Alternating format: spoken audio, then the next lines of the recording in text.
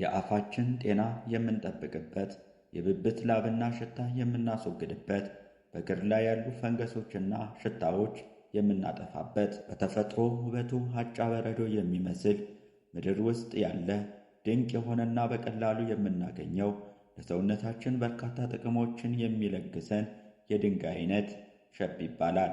ሸብ ምንድን ነው? የሸብ ድንጋይ ለሰውነታችን ያለው በርካታ ጥቅሞች ምንድን ናቸው? በከተማችን በአዲስ አበባ ውስጥ ሸብ የት ይገኛል? የሚሉትን ለማወቅ ሙሉ ቪዲዮውን ይመልከቱ። ቤቱን ሰብስክራይብ ያድርጉ። ሸብ ድንጋይ። ሸብ ነጭ ቀለም ያለው የከበረ ድንጋይ ሲሆን ከአሉም አይነቶች ውስጥ አንዱ ነው።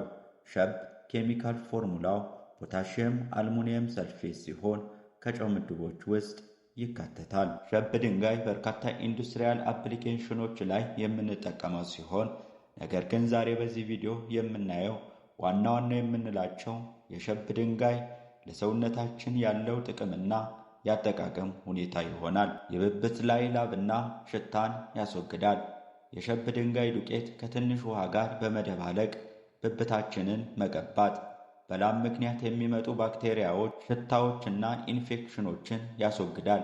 ብብታችንም መልካም መዓዛ እንዲኖረውና ላቡንም እንዲወገድ ያደርጋል። የጥርስ ህመምን ያስወግዳል። የሸብ ድንጋይ ዱቄት የሚያመን ጥርስ ላይ ማድረግ ከዚያም ከ2 እስከ 5 ደቂቃ ማቆየትና መጥፋት። ይህ ሂደት ጥርሳችን ላይ ያሉ ባክቴሪያዎችና ኢንፌክሽኖችን ያስወግዳል። የጥርሳችን ህመምም ያስታግሳል። የድድ መድማትና አፋችን ውስጥ የሚፈጠሩ ኢንፌክሽኖች ያስወግዳል።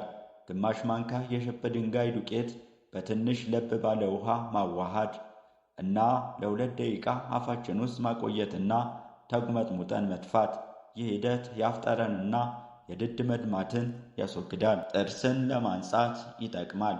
በጥርስ ሳሙና ጥርሳችንን ከቦረሽን በኋላ ትንሽ የሸብ ድንጋይ ዱቄት ብሩሻችን ላይ አድርገን ለ1 ደቂቃ መቦረሽ የጥርሳችን ንጣትና የአፋችን መዓዛ ይጨምራል። የእግር ላብና ሽታ ያስወግዳል። ጫማችን ከማድረጋችን በፊት ትንሽ የሸብ ድንጋይ ከውሃ ጋር አደባልቀን እግራችን መቀባት እግራችን ላይ የሚፈጠረው ሽታና ላብ ያስወግዳል። እንዲሁም በተጨማሪ ጥፍራችን ላይና እግራችን ላይ ያለው ፈንገስ ያጠፋል። ሸብ ድንጋይ ውሃ ለማጣራት ያገለግላል። በዘመናዊ ሁኔታ ውሃን ለማጣራት ውሃ አጋር ወይንም ክሎሪን እንጠቀማለን። በተመሳሳይ ሁኔታ